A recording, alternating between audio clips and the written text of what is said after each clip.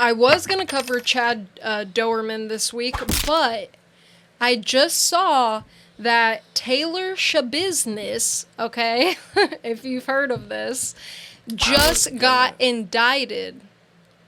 I think this is the same. Does this have to do with dope? What? Yeah? It does? Okay, so I know. Yeah. You know what it is? I think so. Okay, so Taylor Schabusiness, which her real name, by the way, because that last name is totally made up by her and her husband, is Taylor Denise Coronado. That is her, like, maiden name before she got married. She was just indicted on murder charges, and I listened to the whole story.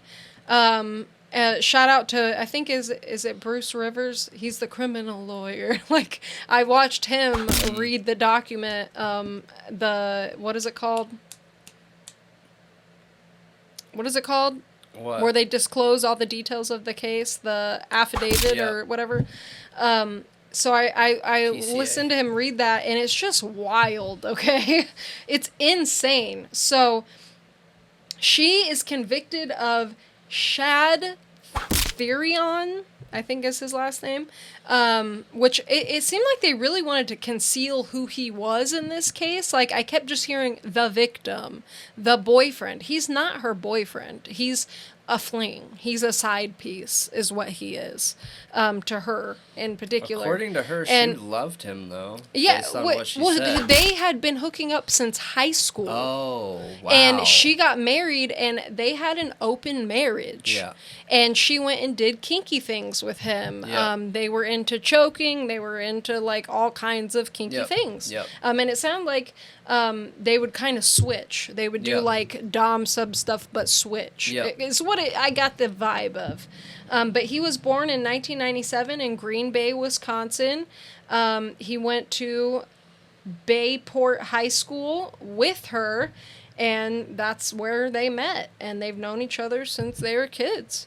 So in his obituary, he was described as kind and compassionate, a talented artist who enjoyed wood carving. His uncle, Nathan Minow, said that his death was devastating and claimed that Taylor was a monster, which what she did was a monstrosity. It's horrifying. It is. So it's February 23rd, 2022, between 2 to 3 a.m., Shad's mother hears a slamming door and then a car start up, which was Taylor's minivan, and it drove off. She's like, what is going on? She sees the basement light on. She walks down there. Nobody's there. And as she goes to walk back up the steps, she sees a bucket. She looks in the bucket and she sees a head. And there is a severed male organ inside of it. She doesn't know what to make of it. She is in a state of shock and disbelief. So she goes and grabs her partner, her boyfriend, and says, and I don't believe this is Shad's, like, biological father. I think it's a stepfather, just a boyfriend. I don't know exactly, but she goes and grabs him and has him look, and he's like, I don't know. Like, they both are just in total disbelief and almost think that it's fake, that it can't be real. They call police. Police get there at 3:25 a.m. She says, like, this is what I found. And they take a look. It's at the bottom of the basement steps, and it is exactly what she thought it was. It was her son Shad's head and severed male organ, which the police report does not say. It says male organ, so assuming that's what it is, all of it probably. But on top of the bucket was like she had put like a beach towel over it or something like that. Nearby, which it sounds like the basement was his room, and there was like a connected laundry room and bathroom. Nearby on the mattress there was blood. also found in the basement was bags with body parts. Like, she literally was stuffing body parts in random bags, a tote bag. They found knives, a serrated knife, carving knives from the kitchen that were all bloody. Dude, a butter knife was used. She used a lot of different things. There was 3 knives specifically. I think it was a carving knife, a butter knife, and a serrated bread knife. So, it's just horrific. Like, I can't even imagine the mother finding that. Like, finding your child like that. I know. So sad. And this, Taylor was a mother. She has a child. No, I know. She's married with a kid. This type of behavior was not common from her. Yeah, people want to paint her a monster similar to like any story out there. You know, it's real easy being a part of our society, hearing these really awful stories, whether it's like Alexi Trevio or Carly Russell or this situation here or any of them, where it's easy to listen to the story and be like, oh my God, what, literally the devil, you know what I mean? Yeah. But like, I think it's really important for us, especially people that are interested in crime in general, to like understand how somebody got to that point, because that helps us prevent people from getting there in the future. Yeah. But this was uncommon for her. So Not the sex, but the ending. Well, yeah, but there are some things that are. She, for one, which was shown in the court, she was obsessed with Jeffrey Dahmer. She had an extensive search history about him. She had an infatuation with him. Like, some of the searches were like Jeffrey Dahmer looking hot walking into the courtroom. She had like a weird selfie picture with like a picture of Jeffrey Dahmer to make it look like she was with him. Like, she was infatuated with him, which is interesting when you look at what she did to the victim. Yeah.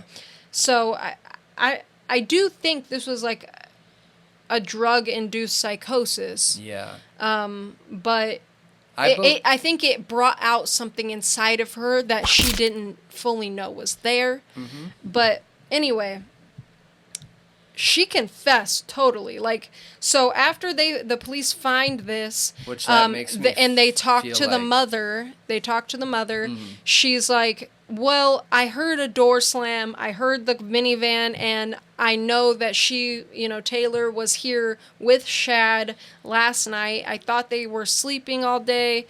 They both had a drug problem, okay? So, they go to her apartment, and they're gonna go there to find her, and she, as soon as they arrive, she comes walking out in all black, and she's bloody. They take a look in her van, and they find a crock pot box in the very back. It's the passenger rear back seat. It's on top of a laundry basket, and they look inside, and they find body parts, including legs. And they take her in. Clearly, she's the one. She got caught. So, it's just, this is going to be a bit graphic, a bit much, so trigger warning. But anyway, they were smoking meth, okay? Apparently, they also injected another drug, which I believe is like a downer, or like, what are those called? A trank? Like a tranquilizer? They injected something. We're smoking meth and pot, and, they went back to his house and were going to engage in, sexual activities. Yep. Shad brought out a chain. It's like, kind of looks like a dog collar chain. One for her, one for him. She says he lays down, face down on the bed. Well, first she pleasures him, okay? And then he lays down, face down on the bed, and she starts to choke him, and with the chain. And she says that she could feel his heart beating, but he wouldn't die. And she said something about him like becoming muscle or something like that. The comment didn't make sense to me. And then she saw him turning purple. Well, no, she blacked out. She claims she totally blacked out, okay? And then wakes up and he's purple. And so she just keeps going and blood starts coming out of his mouth. And it's like he just wouldn't die. Well, I know, that's so wild. Yeah, she said, and she says in this low voice, like, yeah, I liked it, to the police officer that's interrogating her. She's still under the influence here, too. I think that's important. Yes, like, she's clearly on a bender, Yeah. and experiencing some form of psychosis. I think, for sure. So she's continued after he was dead to play with his body for 2 to 3 hours. Yeah. Using his male organ, putting a sex toy inside of different orifices. Many things. I'm trying not to be too graphic. Yeah. So I think your guys' imagination can figure it out. You know what I mean? She was behind him, okay? Choking him from behind. Yeah. Figure it out. Yeah. So it's a terrible time to laugh. Anyway. So after she's done, she apparently drags him to the edge of the bed, puts the bucket under the edge of the bed, grabs kitchen knives. She claims the bread knife worked the best because it was serrated, and she starts to dismember the body, okay?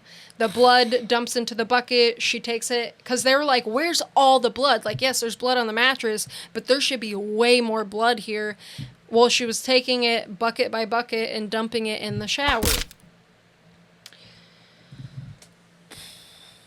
And there were body parts, like, literally everywhere. She even said to the cops, like... Not just body parts, organs. Yes, organs, body... She literally took his body apart piece by piece. Like, every piece. She said to the police officers that they were going to have a fun time finding all of his body parts. Yeah. And while she's in there confessing, she's telling them very specific things, like this is here and this is here, and they're corroborating that. They're finding it on scene as she's telling them, and they got their girl. So, anyway, there was a long process of trying to determine if she was mentally, competent to stand trial. She went through numerous mental health exams. They ended up eventually determining that she was mentally competent and could stand for trial, and that's what happened this year. Well, May 15th, when it was her old lawyer and they were trying to set the trial date, they determined on May 15th as a trial date. And as soon as the judge said that, she attacked her lawyer. She, like, lunges at him with her elbows and, like, tries to hit him. What? And she starts, like, kicking. She keeps fighting with her legs as they're, like, trying to hold her down. And she goes wild in the courtroom. Yes. And that lawyer obviously quits. And they got to get her a new lawyer. And this guy comes in, and this is like, she has attacked her lawyer. She's done something super heinous. Like, think about, and confess to every single part of it. Think about trying to form a defense. So this trial is not about whether she did it or not. It's about her mental state. It's about her mind. It's about the drugs. And if she knew what she was doing.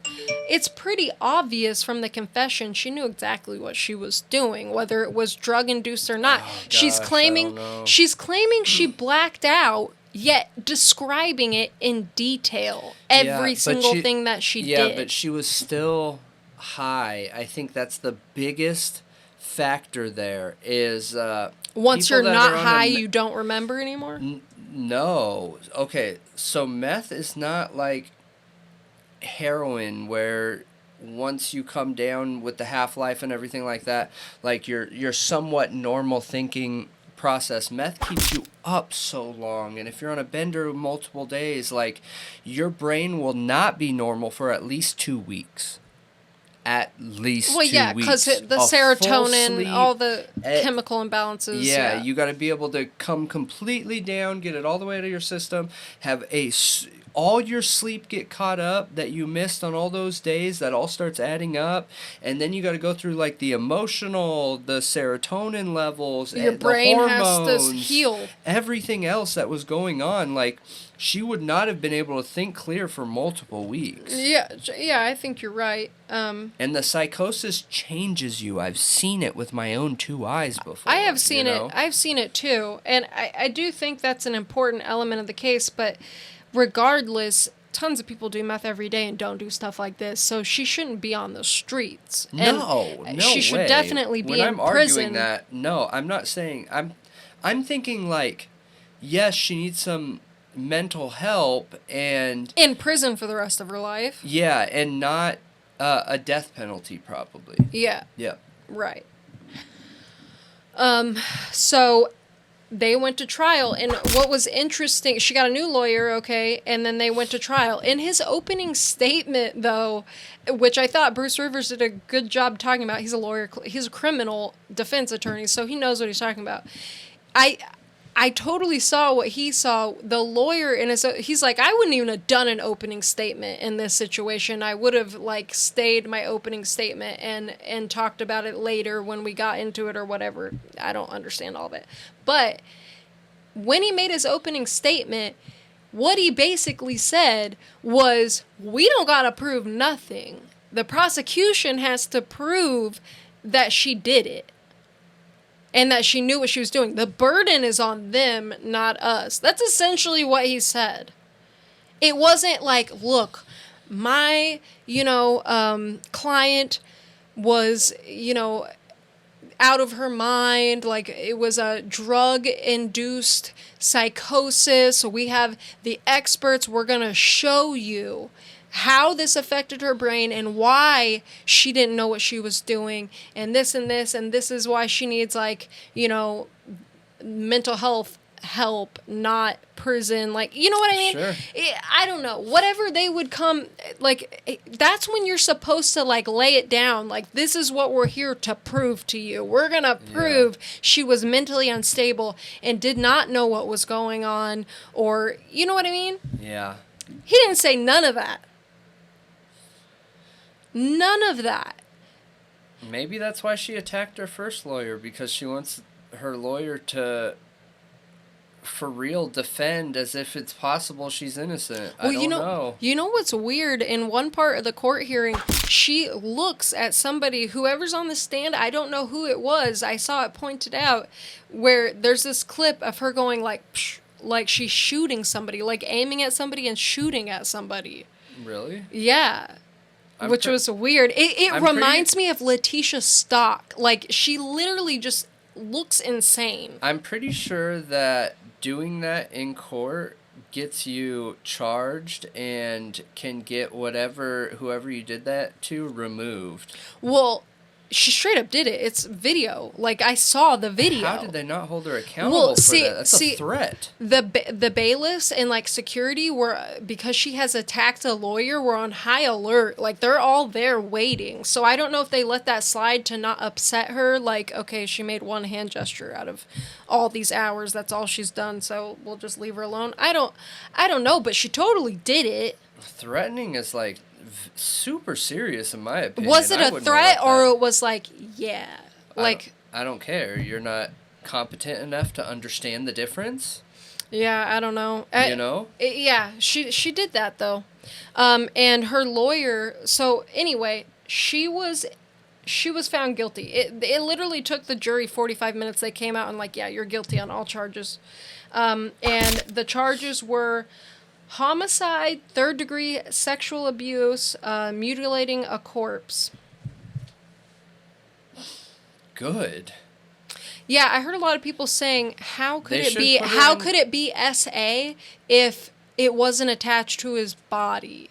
And I was like people. That's not what she's talking about when she's talking about using his body.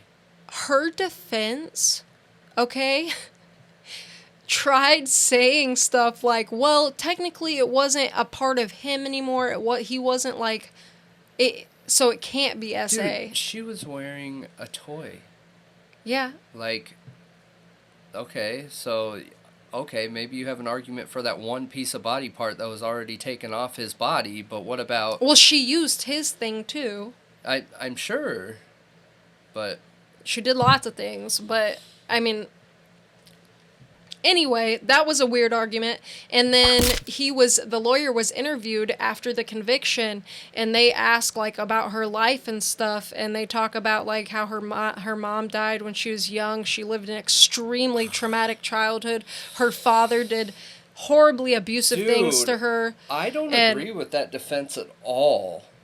They shouldn't have brought up anything from her past, and only focused on the dope. It wasn't in the courtroom. It was after the conviction, okay. and this was an interview with media after all of it was over. I was going to say, I would have only focused on the dope. I would have been like, she has been a model citizen, everything has been right, and then all of a sudden she was going through some hard times, did some drugs with this guy, got a bad batch, and then all of a sudden blackout and boom, she wakes up blood everywhere. You know what I mean? Honestly, I don't feel like he made that case well. I don't think he really defended the mental instability part, the drug-induced psychosis type thing.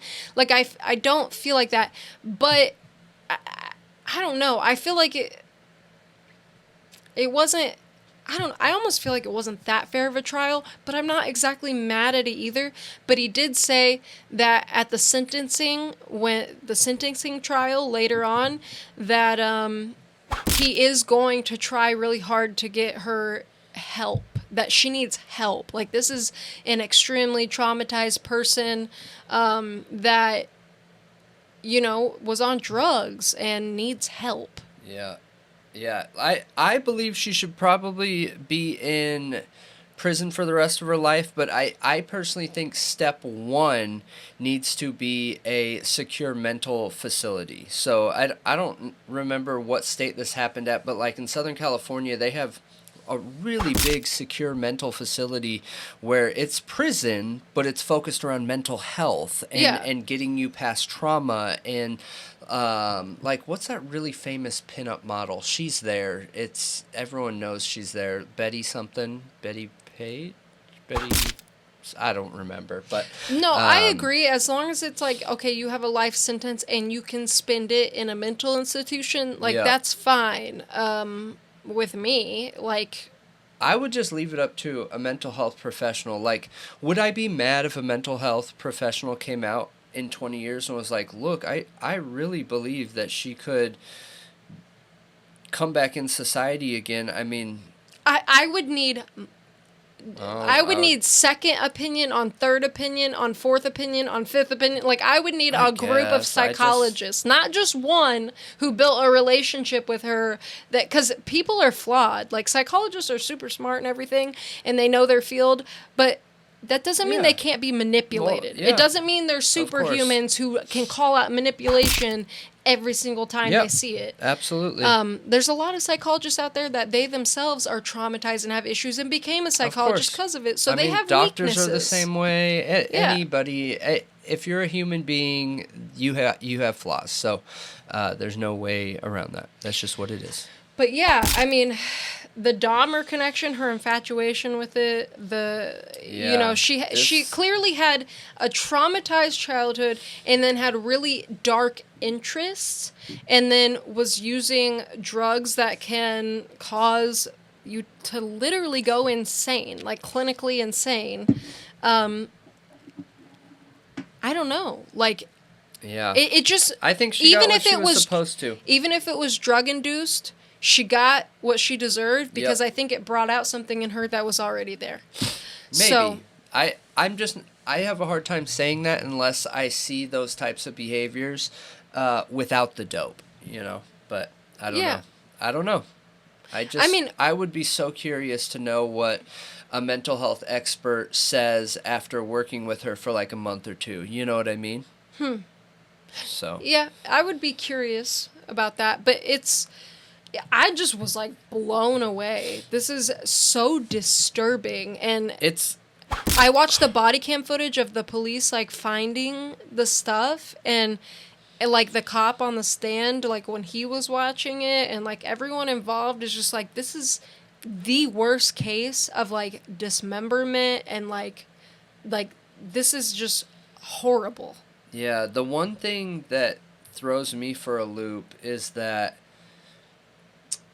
she's been on this earth for a long time, has never done this before until this dope in this way and this thing. Yeah, but how do you know she's never been abusive, or has this been an escalation? Because I haven't seen anything proving that. She hasn't been abusive, but I'm not saying she hasn't been either. I'm just saying that she has never ended someone in this way. She very quickly came forward and admitted she did it, which could be the drugs, not her being honest, and guilt, because I don't think she felt guilt until she comes down. It's just not present. It is not there. No, in the confession tapes, she doesn't seem like she feels guilty at all. No, because she's still high. Like, I think that's important to know. She's still high. But the factor here is the dope. Yeah. You know? I mean, and a very specific type of person, probably. I don't think just anybody could, like... That's that whole fear with drugs, is like, you're gonna do this and it's gonna make you go insane. Now, meth is something that can make you go insane, but it doesn't make everybody go that insane. No, and it's not just the meth, you guys. Like, there were other drugs involved. Yeah, there's other drugs. Okay, I bet if she just would have used meth, that probably wouldn't have happened. Well, I don't know about that, dude. Like, meth is wild on your brain, and then you're pairing it with pot that, dude, pot, I haven't smoked pot in I can't even tell you how long, because it messes me up so bad. Yeah, but she's an addict that smokes it regularly, probably. It doesn't change the effects, and on top of whatever downer they're doing, like that is wild. I totally think it's fair to say the drugs are to blame, but she chose to take the drugs, which makes her accountable for that situation still. I don't think the drugs are totally to blame, in my opinion. Not 100%. Then she would have done it without him. No, not necessarily. The drugs are to blame. I mean... either someone would have done it without them, or that's the just drugs a very are to blame. black and white look at it, I think. Obviously. I think there's nuance there. I don't. I mean, regardless, anyone who can because just, like, if you take do the some drugs out of the drugs situation, then it wouldn't yeah, but happen. then everybody who does that combination of drugs is going to go out and murder people, so drugs are always to blame? No, that's not what I said. I said it. Yes, there are other factors from her past, like trauma and things like that, but it doesn't change that those wouldn't have been activated for her to do that situation without the drugs. Yeah. So I still think the drugs are to blame. They're a catalyst. Yeah. Anyway, let us know what you guys thought about this case. If you watched any of the trial, any of the body cam footage, it's horrific. I feel so bad for Shad and his family. His mom having to find that.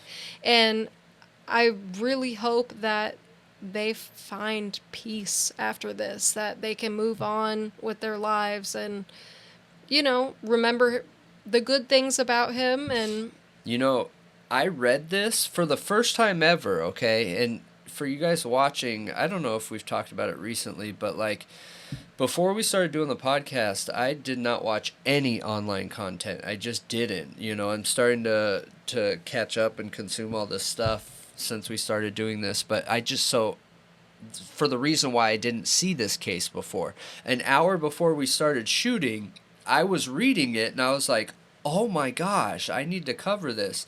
And by the end of it, I was like, I don't want to talk about this on camera. I know. It's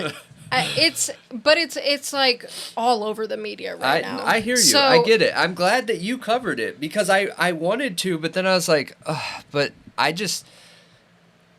I'm too straightforward with the way that I say things that it made me nervous covering it, because I would feel like I would need to be straight up with everything and be like, yeah, she put on a and this happened, and like, it just made me nervous. A lot of people were in covering it. I I don't think we have the numbers yet to circumvent like the algorithm, shadow banning the video or something, because of it's graphic, it's horrific, it's like it literally hits all the triggers for an algorithm. Yeah. It's so I bad. know. And I don't know.